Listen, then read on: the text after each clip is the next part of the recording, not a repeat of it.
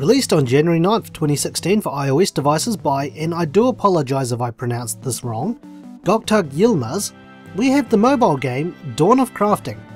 In this game, set around 10,000 years ago, you play as a human that you can name. So in my case, I picked a very technologically advanced name, who was rescued from danger by Craftmaster Elf, who after feeding you and teaching you how to peel a banana, explains that you were rescued from an attack by Homo erectus people. Fact!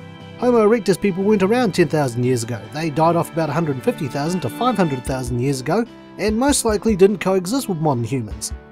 As you progress along the game, which is possibly now set in an alternate timeline, you'll learn more about things to craft and even get a helper to help gather materials for you. But is this game any good? Find out in The Good. The game does feature a large number of things to craft, boasting 343 items and possibly more to keep you busy.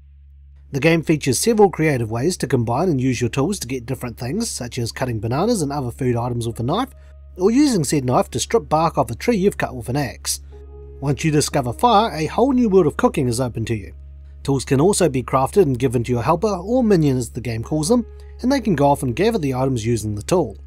As you progress, you can send your minion away for longer periods of time, in which they can gather more materials providing you keep them fed, and can also be equipped with clothing that you can craft to protect them or yourself. Containers can also be crafted to hold extra items, as the inventory space is quite limited, or food can be stored in them so that you can be automatically fed instead of having to manually feed your characters. The game does feature some micromanagement in order to get further in it. Your character and minion are required to be fed so that you can craft and your minion can gather. And once you get fire, the fire will also need to be refueled so that you can continue crafting things while using it as a tool. Tools also have durability, and some can be recycled or used as ingredients to make other things. If you're ever running short on food or materials, random events happen in the game which will grant you some of either. One random event in particular involves an animal making its way towards the bottom of the screen in a zigzag pattern. If you manage to tap it, they get added to your inventory. The more valuable and numerous the animal, the faster it will travel down the screen.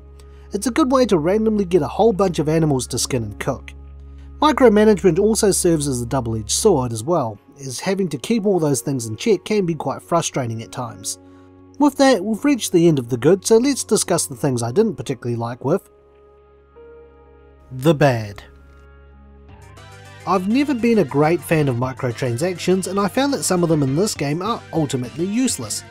Using real money, you can obtain tablets which you could use to discover materials and quantities needed for an item. Or you could just check the list on Dawn of Crafting's wiki to get the ingredients needed as well as the quantity. You can also get food through spending real money that can also be obtained through the slot machine minigame that you'll come across from time to time. The game itself to me felt like a very big, long tutorial with a lot of padding added in. Your advisor Elf generally gives you missions on what to craft and hints on how to craft it. Sounds simple enough? There's more to it. After certain points, you'll find that your skill level is too low to craft certain items. This can be resolved in a couple of different ways. To increase your skill level in the game, you have a success rate of crafting items. If you fail to craft it, the skill will increase, so continually failing at something is one way. Though failing to peel a banana will still baffle me to this day. Another is to simply upgrade to more stronger tools to make things a little easier. Being stopped because my skill level was too low certainly felt like padding to me. I was really looking forward to the village building aspect of the game, but 2,000 years later. Here I am, still crafting things so I can get my skill level up to build the next thing. The game's story seemed a little lacking. Your main character was saved from an attack by Homo erectus people. As the bad guys, they don't really make so much of an appearance, and while there are random events where you can fight them, you don't see anything and it doesn't seem to contribute to the story at all. As a matter of fact, the game doesn't even explain why you're being attacked by the Homo erectus tribe in the first place. I would presume from how the game portrays them that they're a warlike group who would attack just about anyone on sight. The game also features Neanderthals who are much friendlier to you, and sometimes you'll need to share some of your food with them to complete some events. There are also missions where you would need to craft things to fulfill requests from other people. Despite this, you can always take your time, as if they ask about it, you can just say no and they'll bother you later asking if you're done yet.